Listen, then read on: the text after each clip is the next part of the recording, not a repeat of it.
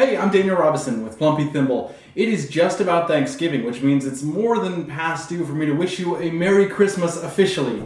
With Thanksgiving less than a week away, I know you're going to be starting your Christmas shopping soon if you haven't already. So the games that I have here today, this is going to be sort of a quick gift buying guide for a lot of games that are readily available at Target, Walmart, local game stores. Most of these games are really easy to find and can easily be overlooked. First category, kids. I believe all three of these games can be found at Target for pretty cheap. We'll start with King of Tokyo. King of Tokyo is basically Monster Yahtzee. I'm not going to get too into detail with any of these games, but each player controls a monster and you're fighting for control over Tokyo Bay. You roll dice and you re-roll the ones you don't want. You can do that a couple of times each turn. You hurt other monsters, you get energy to buy special powers, or you heal up. It's quick, it's easy to explain, it's a lot of fun. Next is Dr. Eureka. Dr. Eureka is a quick speed logic game. Everybody's got 3 vials with a number of marbles. You flip a card, the card says arrange the marbles in this order. You then take the vials and have to adjust the marbles without touching them so that they are organized correctly in each particular one. Escape the Curse of the Temple, one of my favorite games in this type of genre. Everybody's rolling at the same time. You're all on the same team. And you're quickly rolling dice because there's a soundtrack, and each game is only 10 minutes long. If you don't complete the goal of this game within 10 minutes, you and everybody else that's playing loses. Absolute blast. And all of these games, I mean, they're sort of in the kids game category. I absolutely love playing all of them, and not just with kids. These games come out quite often when there's no kids around. Next category is for people that don't like games. First up, don't get them one.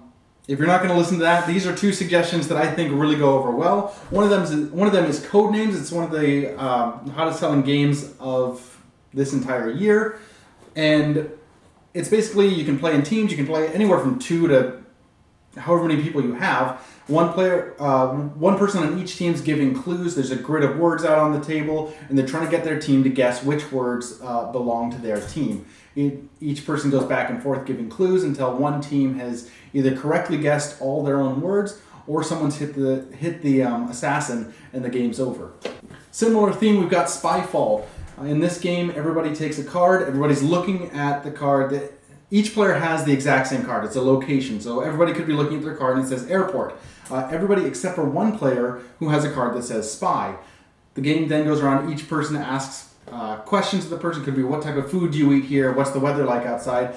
And each player that's asked a question has to answer according to that location. Now the spy has no idea where they're at, and everybody else has no idea who the spy is. So the objective is everyone needs to find out who the spy is, or the spy needs to figure out based on the answers what the location is. Next up are people on your list that may be interested in board games, are not necessarily opposed to it, but don't really, haven't really started. So these are great entry point games. This is Sushi Go Party. I would recommend even just Sushi Go is like $8 at Target or any game store. It's essentially, it's super cute. The rules are really easy and the gameplay is a lot of fun. You are drafting cards and trying to put together the best meal over the course of a number of rounds. Gameplay is really easy to teach. It's fun, it's strategic, and it teaches that drafting mechanism, which is a lot of fun, and can be used to introduce, you can introduce that in other games, more advanced games later on. Sheriff of Nottingham is another one. This game has a lot of bluffing, and there's a social aspect to it. Players take turns being the Sheriff of Nottingham and trying to smuggle contraband into Sherwood Forest, or you could be completely honest. The sheriff has to decide whether or not you're lying. If they open your bag of goods and you have been telling the truth and you have no contraband, the sheriff has to pay you. If you get caught smuggling contraband, you have to pay the sheriff. Person with the most money at the end of the game wins. One of the more popular games out there, Ticket to Ride. Specifically, Ticket to Ride Europe is one that I recommend. If they have not played Ticket to Ride, this is a great game for anyone, let alone someone that's interested in getting into the gaming hobby. You place trains, you complete routes, easy game, a lot of strategy, and can be pretty cutthroat. So yeah, absolutely love this one too. Next category is for people that only want to play apples to apples or Cards Against Humanity. These are great games to introduce them to. First up is Say Anything. It's kind of like apples to apples, except it comes with erasable dry erase boards. So the person that's judging that round asks a question. So for instance, you could ask, what's the worst thing to say to a cop after getting pulled over? Players then write out what they think the judge would pick as an answer, put it out on the board. The judge has a little rondelle, a little spinner thing, and they pick which color secretly that they are going to choose. Everyone else gets to bet on what they think, or not bet, they place they've got 2 chips and they can place them on any answer to try to score a number of points.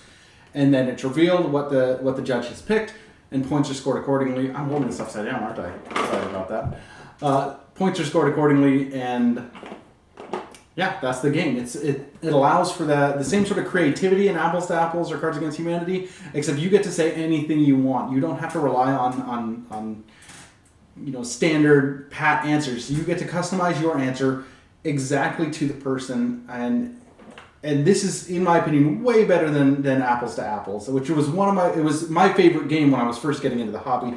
This has far since replaced that. Next up is a trivia game for people that don't know trivia. Wits and Wagers is a game where you're asked a numeric question, similar to Say Anything. There's dry erase boards. You write out the answer.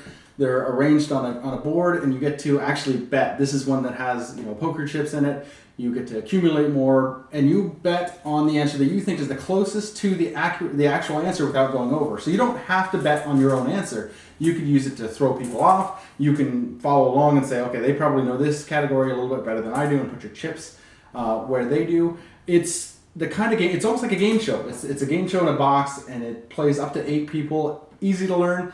Absolute blast. Last, and probably my favorite big party game, is Telestrations, and you really want to get the 12-player pack with this. You don't want to get the 6 or 8-player. This can play up to 12. It can play as few as 4, but the more people you get with this, the better. It's basically a mix between Pictionary and telephone. So everybody writes down something. There's a card, so you write down what the word is on the card. It could be, so the example they give. So the word could be garden. You write down garden. Hand your dry erase flipboard. You've got this whole book. Everybody's got their own individual book. Hand it over. The person looks at it, says, okay, the word is garden. They then have to draw out a garden. Hand it to the next person. The next person looks at the picture and has to write down what they think the drawing is. So they could be garden. And looking at someone's drawing, the next person can say, oh, this is an ocean. They write ocean. The next person has to draw an ocean, hand the word over to the next person, and it just goes in a circle, and at the end of the game, you get to see everybody's flip book. Scoring-wise, there's not a whole lot to it. Honestly, I've never played this game to actually win. It's way more fun to just look through and get a really good laugh out of everybody's answers and drawings. So for games that you're buying for people that primarily will play with just 2 people, it could be cute couples or people that are really close. I've got 2 games, fittingly, that I think will work really well, and these 2 games are specifically only for 2 players. The first is 7 Wonders Duel. Now, 7 Wonders is a really fun drafting game. 7 Wonders Duel is a tailored version of that specifically for 2 people. Now, the main game, 7 Wonders, does not play well with 2 people. It's got a variant that's pretty terrible, honestly. This tweaks the game, and not only tweaks it so that it's okay, this is a modified 2-player version of 7 Wonders. It's its own game, specifically for 2 players. You're drawing cards on a pyramid out on the table. Each card adds to your civilization, and so each player is racing to build the best civilization that they can. Second, I would recommend Patchwork. Each player is trying to complete a quilt. Buttons are money. You've got little tokens, and you're trying to piece it together. It's basically Tetris, competitive Tetris in a box. Next, for people that are really into board games, I've got 2 suggestions. The first is just ask them. They know what they want, they know what they've got, and they know what they don't like. If they're really into this hobby, and you want to buy them something, ask them. Chances are they'll have an online list somewhere. They'll have rankings. And the easiest way is to just ask them. Second, I would recommend maybe a gift card, either to Amazon, a local board game store, or Miniature Market, Cool Stuff Inc., one of those online shops. So last on the list are those trendy people that are really into the current things, specifically Stranger Things. So there's that hit Netflix show everyone's watching, really loves, and it heavily focuses on Dungeons and Dragons. Now, this is for someone that's trendy enough to be into Stranger Things, but takes one look at the Dungeons and Dragons rulebooks and realize they're not quite that trendy yet. So this is Lords of Waterdeep. Lords of Waterdeep is a worker placement game, easy to learn, easy to teach. It's really simple, but offers a gameplay that's unlike other board games, other mainstream board games, and can be used to introduce a wider variety of more complicated games. It uses the Dungeons and Dragons themes really well, I think. but you could take away the entire theme and still have a good game. So this is an official Dungeons & Dragons game, but really it's just a worker placement board game. And I think you can get this at Walmart for pretty inexpensive. Also really recommend the expansion for this, the Scoundrels of Skullport, which adds a lot to the game. So that's the gift guide portion of this video. Quickly, as a bonus, I'm going to throw in some ideas on games that you could bring along to family gatherings and what type of gatherings they would be appropriate for. So if you've got a tense political Christmas ahead of you, where each side of the family has different opinions on just about everything, I recommend Cash and Guns. Cash and Guns allows each player to actually get a foam gun, and the gist is it's after a jewel heist, and you are divvying up the spoils, and so there's this standoff. Each round, everybody points a gun at someone, and you have to figure out if they're bluffing, if the gun is actually loaded or not. You're trying to survive to the end of the game while having the most money. My other suggestion would be bring along Pandemic. Now this is the expansions box. I kind of shoved everything into the expansion box. I don't have the original, but the original Pandemic will work just fine. The game's tense, and you're all working together. This is one where you're all on the same team trying to save the world. So if you do have a sort of awkward Christmas ahead of you, if you pull out a game like this, you can kind of pull your mind off of the contradictions and arguments that you might be having and focus them on one shared goal. A lot of fun. Really recommend this game. If your Christmas is basically Hallmark-esque, where there is no conflict, no problems, and it's just overly sweet, it's just like the sickening candy, and you just sugar. Okay, sometimes a little bit of tension adds flavor to your holidays. So my recommendation in those instances, first off, would be The Resistance, which is a game that just quickly and easily sows distrust among just about everyone. Kind of like Werewolf, there's good guys, there's bad guys, and everybody's hidden. Good guys are trying to find the bad guys, and you're trying to solve a number of missions. It's a quick, easy game, and can get people super worked up. So a lot of fun. Next, I would recommend Dead of Winter: The Long Night. If you don't own a Dead of Winter, get The Long Night. It's technically the standalone expansion. Yeah, I'm not going to go into a lot of detail until I do a review of this, but if you don't own either, get Dead of Winter: The Long Night. It's a survival game. You're kind of all on the same team, but there's a chance that someone could be a traitor, and if the traitor wins, everyone else loses. If everyone wins except for the traitor, they lose. So it's another game that sows distrust and adds flavor to your holidays. Same vein as that, you've got Shadows over Camelot. You're all nice at the round table, protecting the realm on a number of different parts of the board. But again, one person could be a traitor, and their sole goal is to make everyone else lose. This one's a little bit easier to follow, a nicer theme than Dead of Winter, and is an absolute blast. Finally, if you're not spending Christmas or the holidays with anyone, I'm going to recommend that you get Friday.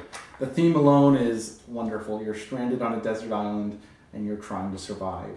And you won't. I played this game 12 times now, and have lost every single time. So if you're alone this Christmas season, do yourself a favor, pick up Friday. That's all I've got for you today. Merry Christmas, everyone. Thank you for watching. I really appreciate it. Have a great holiday.